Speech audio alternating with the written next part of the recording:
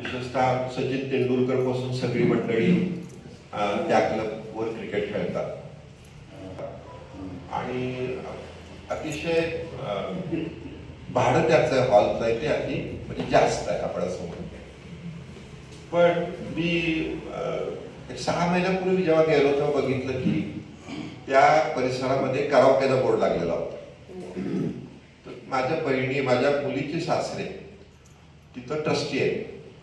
तर ते मला सांगत होते दर शुक्रवारी कराओकेचा कार्यक्रम त्या हॉलमध्ये होतो आणि त्यांच्या सभासदांना हॉल तो मोफत देतात. म्हणजे समजून घ्या की कराओकेचं महत्व किती आहे. कराओके हे पंडित नेहरूंच्या स्वप्नामध्ये जे काही भारत आहे ना त्याचं प्रतिबिंब आहे असं म्हटलं तो ठरणार नाही. म्हणजे मला आनंद असा वाटला की कराओकेच्या माध्यमातून सगळ्याच स्तरातली माणसं म्हणजे दोन्ही बाजूने, एका बाजूने सर्व धर्मातली आणि दुसऱ्या बाजूने गरिबापासून श्रीमंतापर्यंत एका ठिकाणी येतात, एका ठिकाणी संगीताचा आनंद घेतात, गाण्याचा आनंद घेतात आणि एकमेकाच्या जो पूर्वीचा एक आपण म्हणतो शेजार धर्म आपण तो म्हणतो त्याला थोडक्यामध्ये तो या कराओकेच्या माध्यमातून पार पाडतो. आणि हे फक्त साताऱ्यातच नाही, हे जगभर चालू आहे. चायनामध्ये तसंच आहे, अमेरिकेत तसंच आहे, इंग्लंडमध्ये तसंच आहे, सगळीकडे तसं आहे. त्याच्यामुळं हा हॉल विशेषतः कराओकेसाठी सगळ्यांना मोफत दिला जातो. जे जे कराओकेचे ग्रुप्स आहेत त्यांना मोफत दिला जातो आणि या माध्यमातून नुसता मोफत दिला जात नाही तर इथं जे पाहुणे आम्ही बोलवतो त्याचा उपयोग त्यांना कसा होईल याचा आम्ही प्रयत्न करतो. जसं हे काका पाटील आहेत, हे महाराष्ट्राच्या जिल्हा परिषद संघटनेचे उपाध्यक्ष आहेत. रिटायर झाले तर उपाध्यक्ष होते त्यांना, पण ते तुमचं कौतुक करत असतात सगळीकडे, तुम्हाला लोक ओळखतात. केंद्रे आलेले आहेत, हे केंद्रे महाराष्ट्रातल्या बॉडी बिल्डिंग असोसिएशनचे प्रमुख आहेत. मनोज तपासे आहेत, ते उद्योग व्यवसाय त्याला कराओकेच्या कार्यक्रमाला असतात. डॉक्टर कामिनी पाटील आहेत.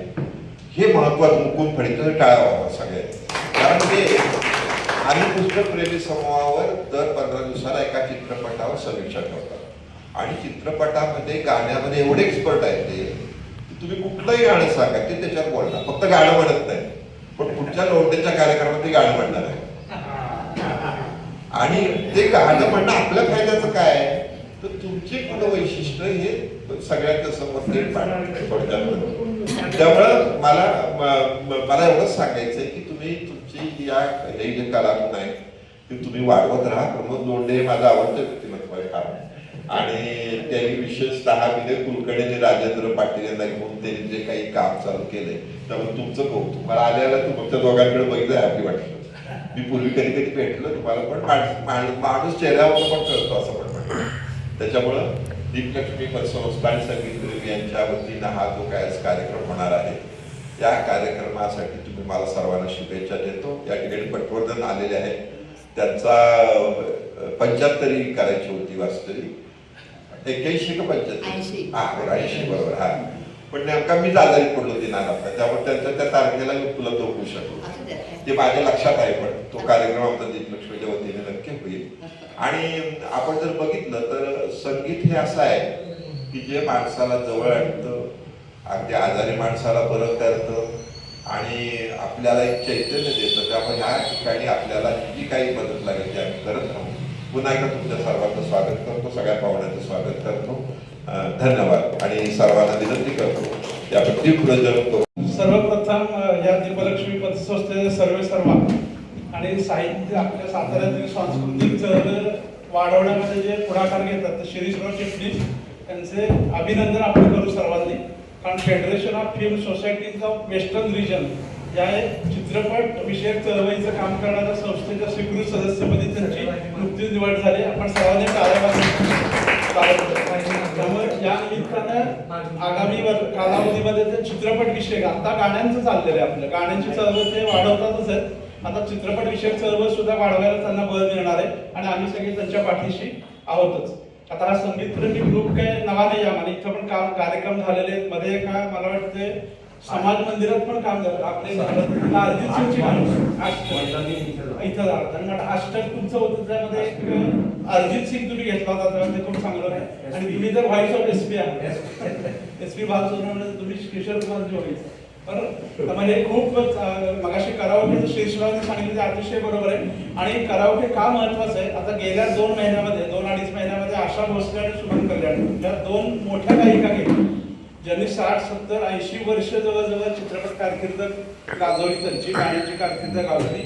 त्या मोठ्या गायकांना जिवंत ठेवण्याचं काम कराओके ग्रुप करतात, की त्यांचीच गाणी आजही कधीही बघितलं तरी कोणत्याही कराओकेमध्ये, ठीक आहे काही वेळेला 2000 नंतरची गाणी असतील किंवा 1990 नंतरची असतील, पण मोहम्मद रफी, आशा भोसले, लता मंगेशकर, मुकेश, किशोर कुमार यांना पर्यायच नाही.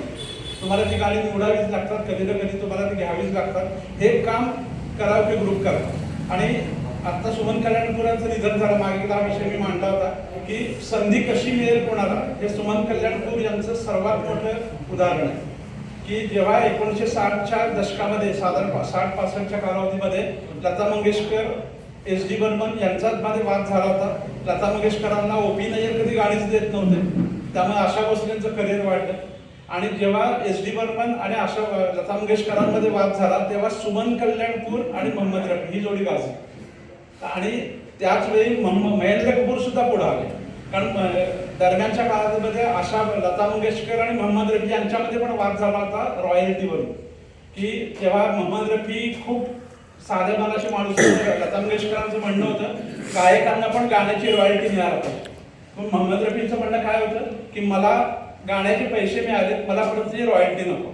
पण लता मंगेशकरांचं म्हणणं होतं की गाणी जेव्हा आकाशवाणीवर वाजली जातात तेव्हा संगीतकाराला जे पैसे मिळतात त्यातला वाटा आपल्याला मिळाला पाहिजे.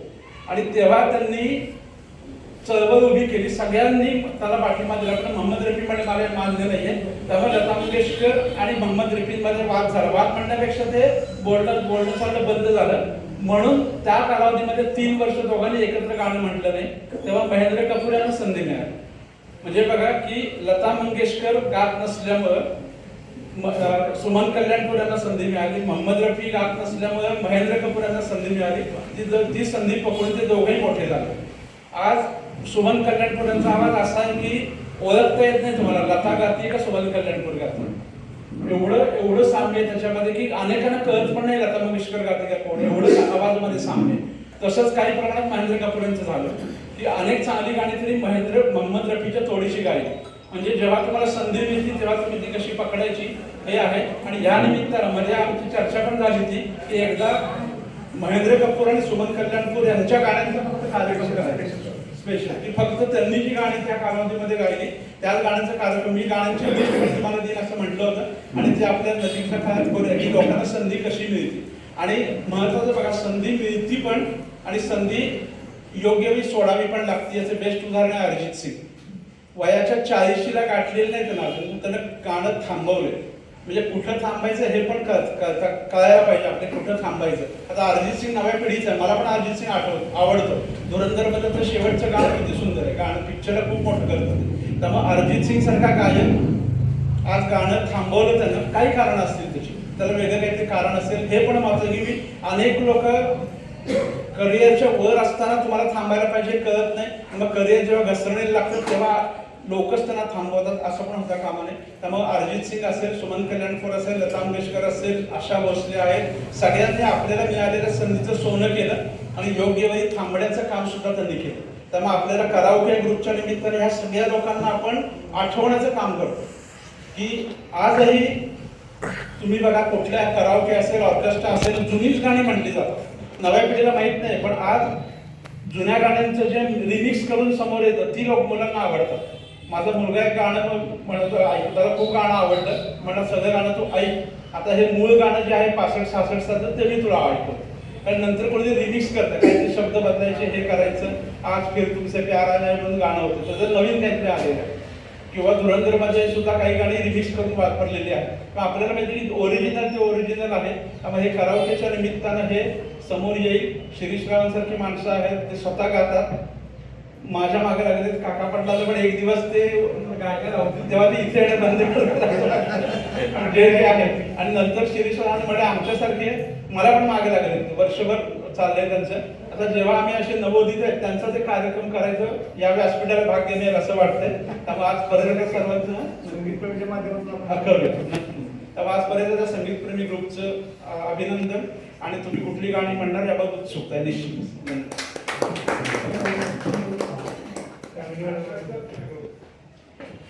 संगीतप्रेमी ग्रुपच्या माध्यमातून आज या ठिकाणी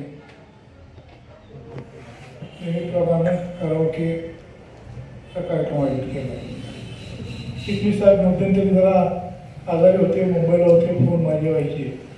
परंतु सामाजिक काम करणाऱ्या माणसाला निश्चितपणानं लोकांच्या आशीर्वादाचं पाठबळ असतं, त्याला काय होत नसतं. त्यामुळे चिटणीस साहेबांना तशा पद्धतीनं आशीर्वाद असल्यामुळे सिरीज चिटणीस ठणठणीत आहे. त्यांना डॉक्टरांनी सांगितले परत येऊ नका. आता माझ्या अगोदर यांनी फडके साहेबांनी सांगितलं की बरेच काय कसे झाले, कसे राहिले, कोण पुढं आलं, कोणाला संधी मिळाली, कुणाला लागली. यामध्ये एक पुष्पा पागधरे नावाची गायिका होती, ती मध्यंतरी गेली आहे. त्याचं जे महत्त्वाचं गाणं म्हणजे संपूर्ण देशाला परिचित आहे की इतनी शक्ती आम्ही न देता, हे गाणं त्यांचं आहे पुष्पा पागधरे.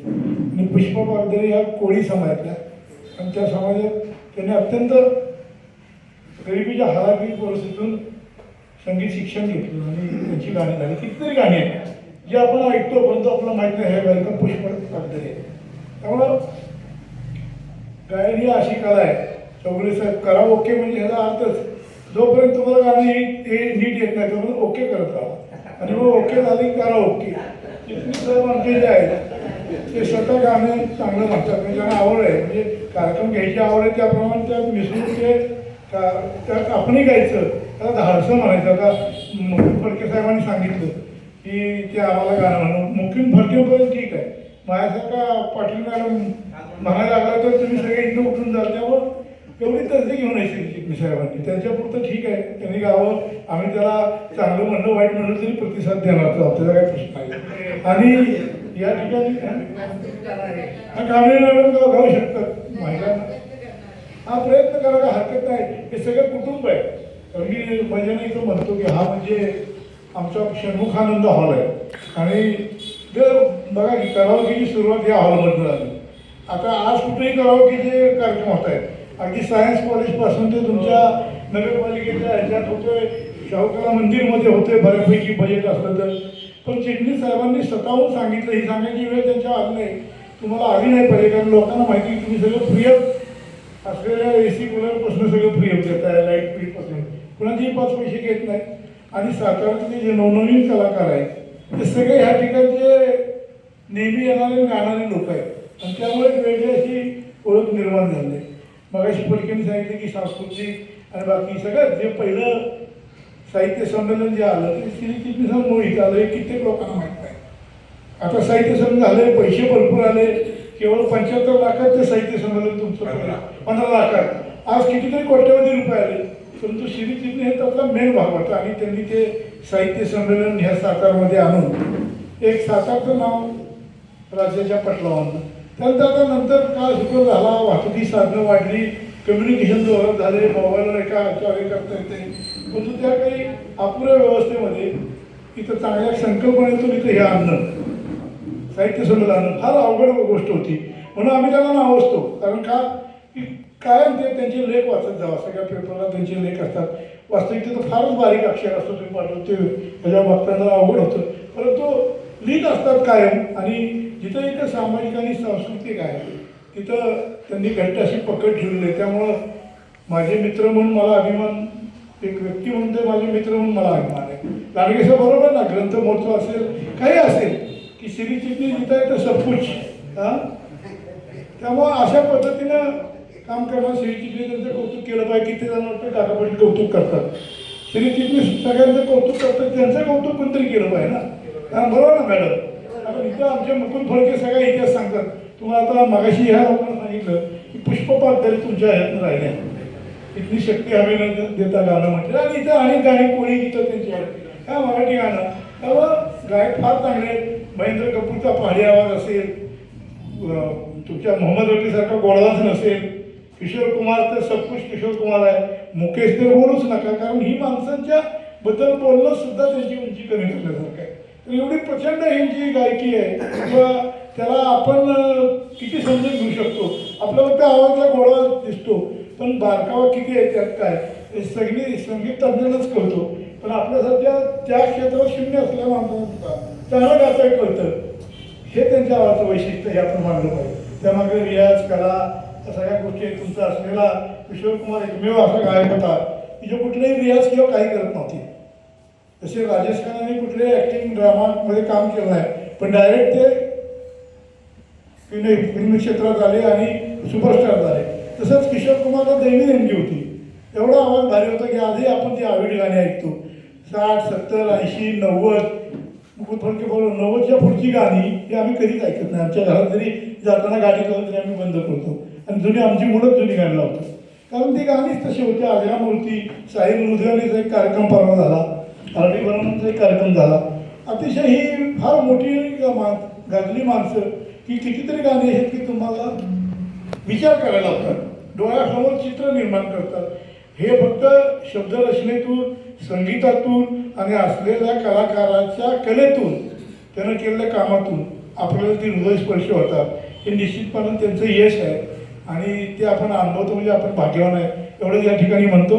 सांगतो पुन्हा एकदा ह्या कार्यक्रम ग्रुपला उशीर झाला याच्या कार्यक्रमाला, ह्या संगीतप्रेमी ग्रुपला पुढच्या कालावधीसाठी शुभेच्छा देतो. थांबतो. जय हिंद, जय महाराष्ट्र.